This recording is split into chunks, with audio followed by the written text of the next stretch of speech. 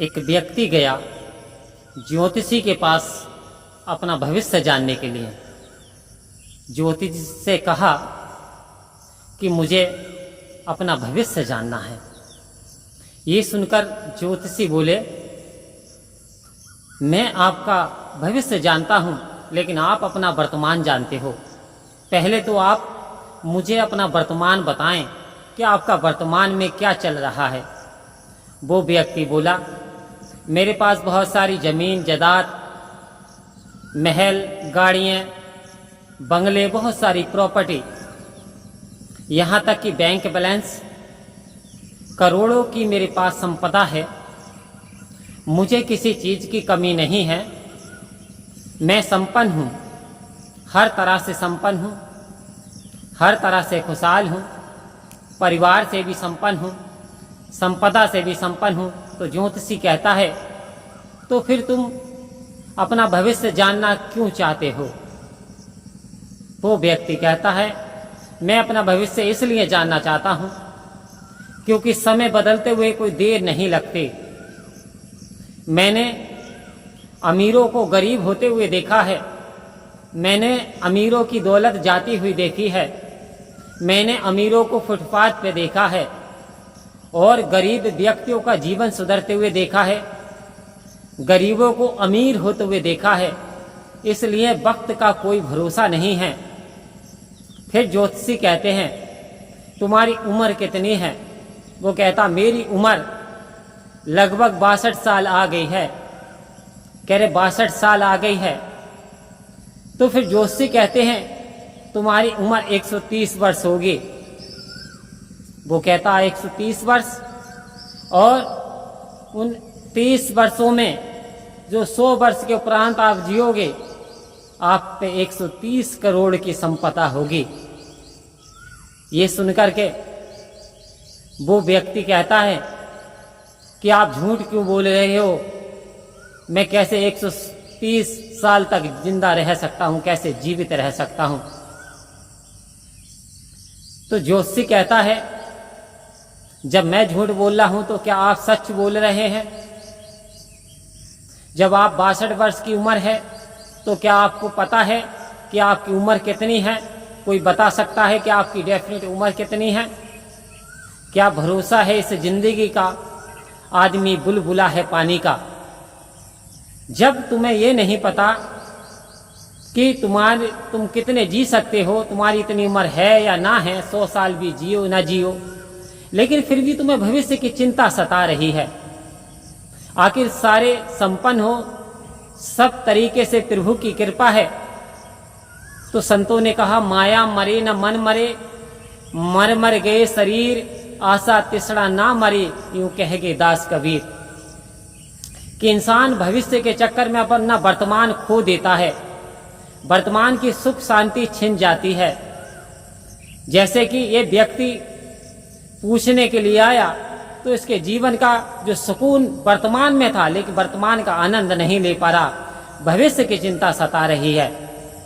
तो इंसान को अपने भविष्य की चिंता ना करते हुए व्यक्ति को वर्तमान जीना चाहिए। क्योंकि पहले प्रण में सतगुरु ने कहा, जिसकी वस्तु उसकी समझो, काम नहीं तकरार का है, कहे अवतार ये पहला प्रण है, तन मन धन निंकार का है। अब जब ये तन मन धन निंकार का है तो हमें निरंकार का समझना है। जब चाहें ये ले ले, जब चाहें ये दे दे, जब चाहें ये वापस कर ले। तो इसमें हमें व्यर्थ की चिंता करने की क्या जरूरत है? इंसान, गीता का भी सार यही हमें समझाता है। इंसान, जब तेरा जन्म हुआ था तो तू क्या लेकर के आया था? क्या तूने यहाँ खो दिया? दुखी क्यों होता है? संताप क्यों करता है? क्या था तेरा? जो लिया यहीं से लिया, जो दिया यहीं पे दिया, तो तेरा कुछ है ही नहीं। तो फिर व्यर्थ की चिंता क्यों करता है? व्यर्थ की उलझनों में क्यों पड़ता है? क्यों भविष्य के चक्कर में अपना सुनहरा वर्तमान खो देता है? तो आओ संत महात्माओं, ज्योतिषी ने समझाया कि आप बेवजह भविष्य की चिंता कर रहे हो, जबकि वो भविष्य किसी ने देखा ही नहीं है। कहा कि जिसने दिया है तन को वही देगा कफन को। उस पार ब्रह्म परमात्मा ने जब सब आपको इतना सब कुछ दिया है तो वही देने वाला है, क्योंकि तुम्हारे हाथ में कुछ नहीं है, तुम्हारे हाथ में है केवल कर्म करना। फल देना ना देना ये भगवान की इच्छा है। लेकिन एक बात और कही, जैसी करनी करेगा कोई वैसा ही फल पाएगा, सच्चा है दरबार साहिब का जो बीजे सो खाएगा। कह रहे ये धर्म की खेती है। यदि इंसान किसी का भला करे तो बदले में भला ही होगा, यदि इंसान किसी का बुरा करे तो बदले में उसका भी ही बुरा होगा। क्यों कि दगा किसी का सगा नहीं, ना मानो तो कर देखो। जिन लोगों ने दगा करे आज जा करके उनके घर उजड़ देखो। हे मनुष्य, जिसकी तू व्यर्थ में चिंता करता है कि पल से पल में क्या हो जाए, मानव तेरे शरीर का कुछ पता नहीं तकदीर का।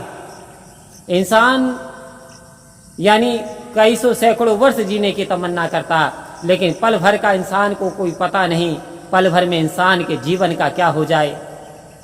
क्योंकि पत्ता टूटा डाल से ले गई पवन उड़ाए। और संत महात्माओं, ये सांसों का खेल है। सांसें आ रही हैं, इंसान जीवित है।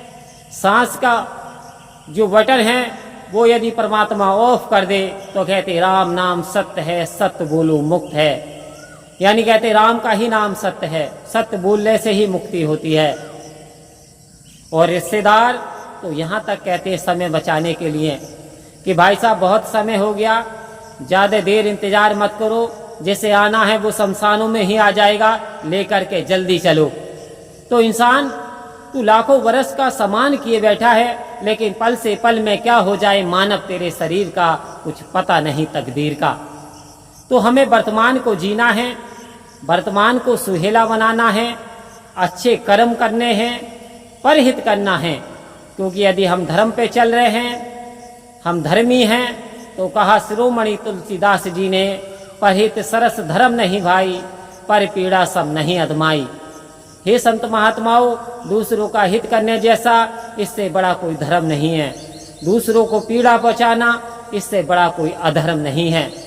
तो आज परमात्मा ने हमें ये दिव्य शक्ति, ये वर्तमान टाइम सोचने समझने की शक्ति हमें निपुण बना करके भेजा, तो हमें इसकी जानकारी कर लेनी चाहिए, इसका गुणगान गाना चाहिए, समय रहते हुए जाग जाना चाहिए। भविष्य के चक्कर में हमें कभी वर्तमान को नहीं खोना है। यही वो बात ज्योतिषी उस व्यक्ति को समझाना चाहता था। देर से सही, लेकिन उस व्यक्ति की बात समझ में आ गई और फिर वो व्यक्ति वर्तमान को जीने लगा। और सुख संपदा से तो पहले ही परिपूर्ण था, अब उसे मानसिक सुकून भी प्राप्त हो गया। क्योंकि हम कहते हैं कि चाहा गई चिंता मिटे, मनवा बेपरवाह, जिसको कुछ नहीं चाहिए सोई सहनसा। कह रहे हैं ये व्यर्थ की ये जो इच्छाएं, तृष्णाएं, वासनाएं यदि ये समाप्त हो जाती हैं, इंसान सहनसा बन जाता है, इंसान को सुकून की प्राप्ति हो जाती है। परम प्यार से बोलिए धन्य का जी।